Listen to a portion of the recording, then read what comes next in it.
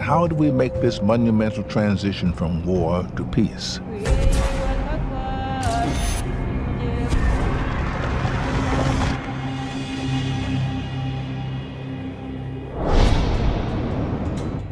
If there's one place on earth that might serve as a test case, it's Rwanda. Just over 2 decades ago, a horrifying genocide took place here.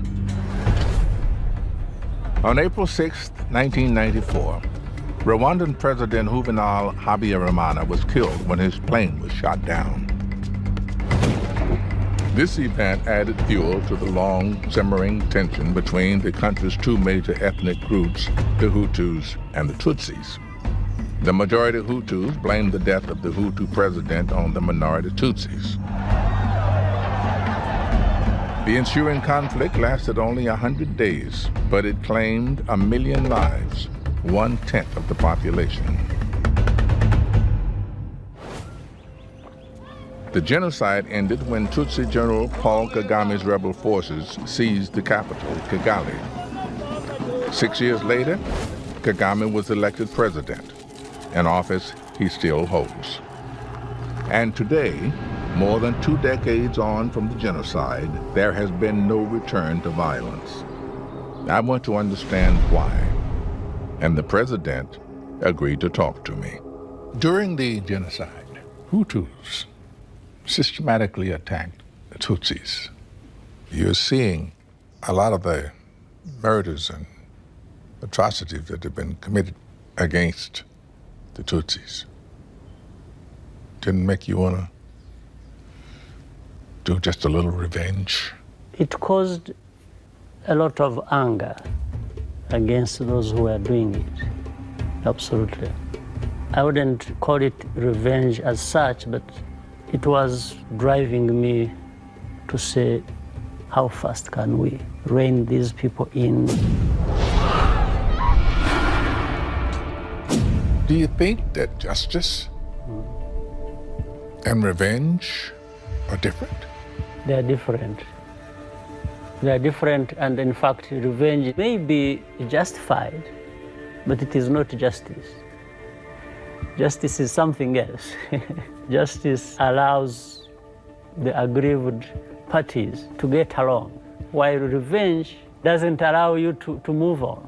It only allows and calls more revenge to happen, and then you are in a vicious cycle.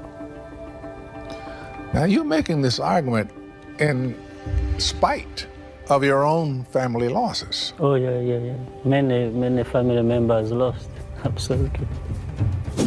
When Kagame became president in 2000, he began a nationwide program of reconciliation to try to heal the wounds of genocide. Well, you go right to work on reconciliation.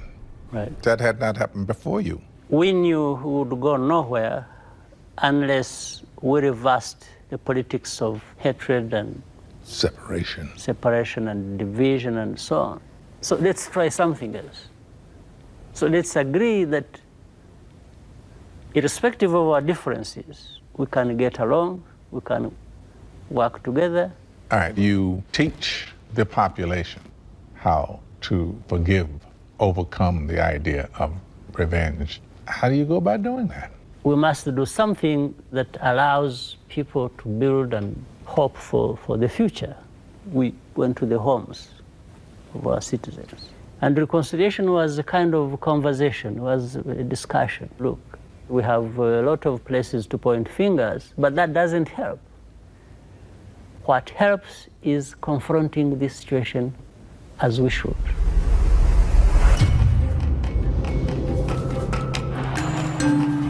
President Kagame's bold efforts to bring peace to Rwanda have included limiting freedom of speech and the press and suppressing political opponents.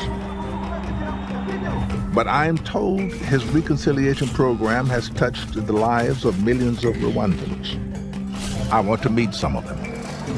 I was connected with Maria Izagariza and Philbert Tezerizaza, who were introduced several years ago by Bishop Deo Gashagaza.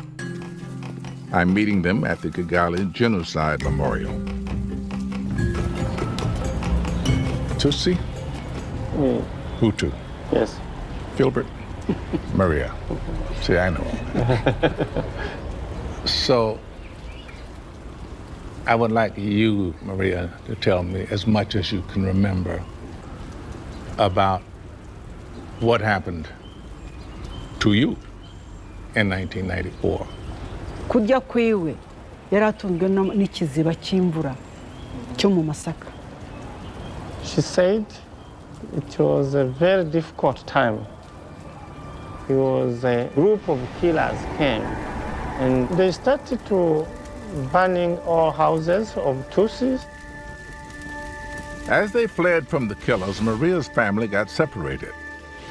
Her husband and brother-in-law ran off with two of their sons. Maria took her infant daughter, young son, and her stepdaughter. During the night, they went under a bush. You ran and hid. You hid in the bushes. Is that right? Yes. Maria spent 5 days in the bush with the children before they escaped. They walked for a week until they made it to safety in neighboring Burundi. Did you ever see your husband and family again? No one was survived.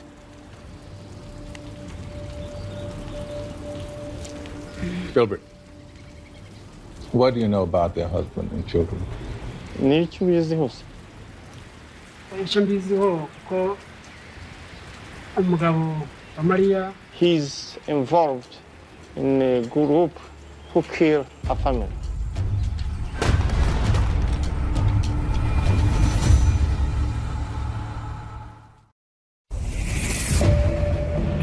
The genocide in Rwanda in 1994 shocked the world. But the outburst of murder was the result of decades of divisive politics in the country. People had been indoctrinated to believe that Hutus and Tutsis were natural enemies. Gilbert, a Hutu, was involved with a group that killed Maria's husband and sons, who were Tutsis.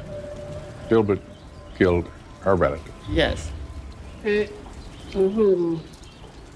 amateka n'abakubijyanye no kugira ngo nijarike muri ibyo. He received the teaching.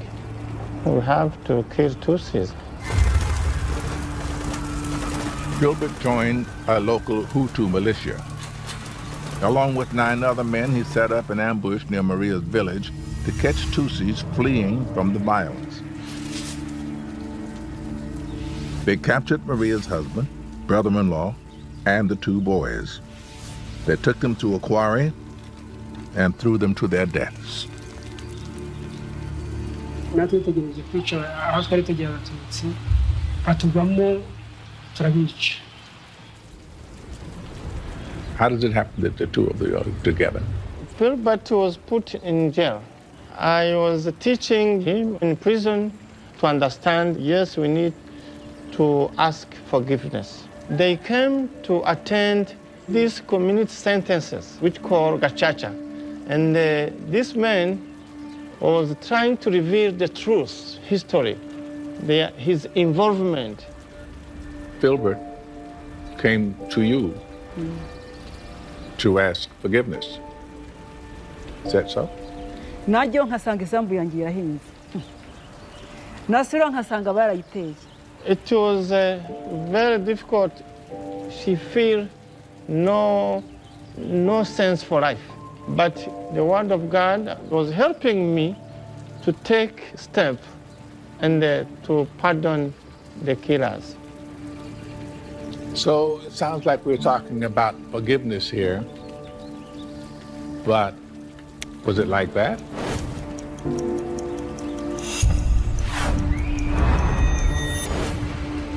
This was a journey of 2 years. 2 years. Yes. Here we are today. What do we have? Ese ubu noneho mugeze mu ruhe rwego mumeze mute? She smiles. Kajye nkubwire. She feels very happy because they have now a new community where she found this peace. Same with you?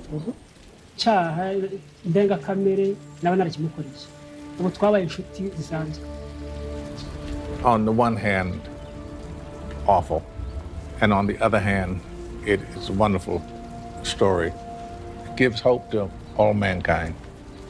kwiyubaka kwacu gushingiye ku muco kwibuka abacu bazize jenoside. Maria and Filbert now live as neighbors in a specially created reconciliation village. It's a place designed to forge real bonds between victims and perpetrators of the genocide. Filbert helps Maria with her farm, and they spend time together as friends. Walking around the Genocide Memorial makes me realize the enormous human toll of this conflict, and that there are hundreds of thousands of stories like Maria and Filbert's.